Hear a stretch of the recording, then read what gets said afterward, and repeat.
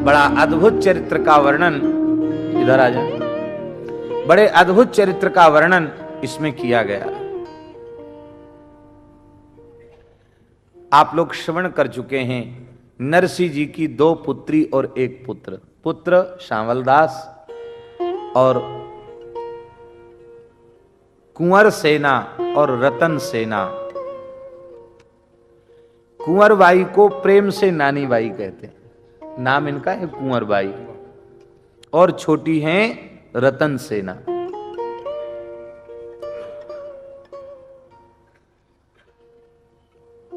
कुंवर बाई के विवाह के बाद नरसिंह जी ने रतन सेना के विवाह का निश्चय किया, पर रतन सेना ने नरसिंह जी से कहा, पिताजी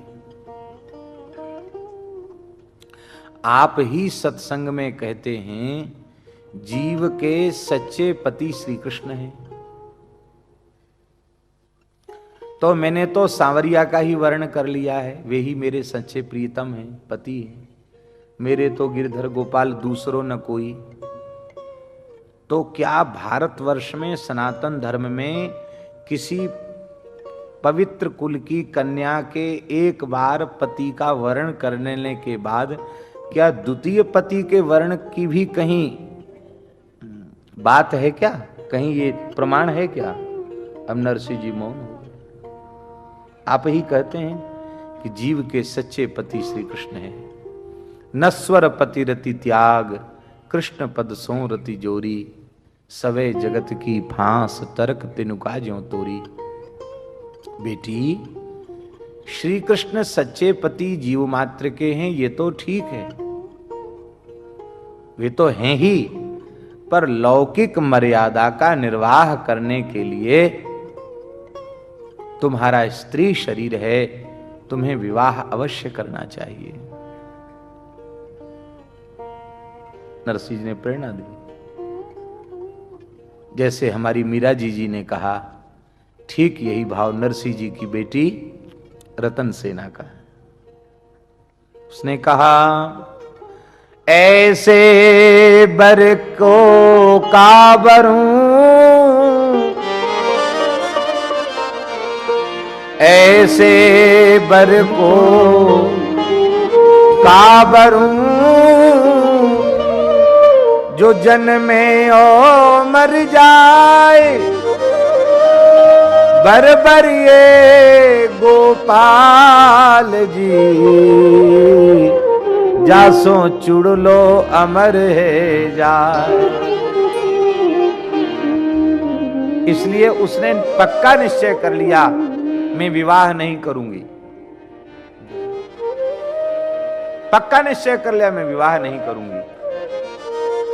नरसिंह जी बोले कि हम भी यही चाहते कि जीवन का फल केवल भजन ही है, पर हम तो तुम्हारे वैराग्य को टटोल रहे थे।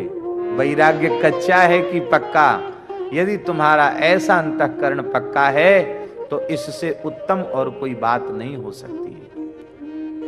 एक बात इस सत्संग के माध्यम से माताएं बहुत ध्यान देकर सुन लें। बहुत सी बहनें यह निश्चय कर लेती कि हम विवाह नहीं करेंगी, कर लेती है, और उनका साधक जीवन भी होता है। हम कोई मने नहीं कर रहे हैं, लेकिन हमारी एक विनम्र प्रार्थना है, किसी के बहकावे में नहीं आना, अपने भीतर झांक कर देखना। श्री मीरा के जैसा, श्री करमेती के जैसा, श्री रतन सेना के जैसा वैराग्य हमारा है कि नहीं? यदि ऐसा हो तो ही विवाह न करने की सोचना। कथनचित आपका अंतःकरण इतना वैराग्य से परिपूर्ण है तो भी ग्रह त्याग तो मत करना। स्त्री शरीर के लिए अपने पिता की सन्निधि, एक परिवार की सन्निधि जितनी सुरक्षित है, उतनी सुरक्षा वह अपनी देहली के बाहर चली जाए तब नहीं होगी। हमारी बात का बुरा नहीं मानना, कई बार ऐसा होता है गृह त्याग करके वे चली जाती हैं, और यदि कथनचित उनका जीवन पवित्र नहीं रह पाया तो अब विचार कीजिए अब क्या हुआ।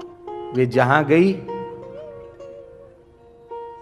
जिस आश्रम में गई, वहां की मर्यादा का भी हनन हुआ, अतिक्रमण हुआ, और स्वयं अपने लिए भी वह घातक सिद्ध हुआ।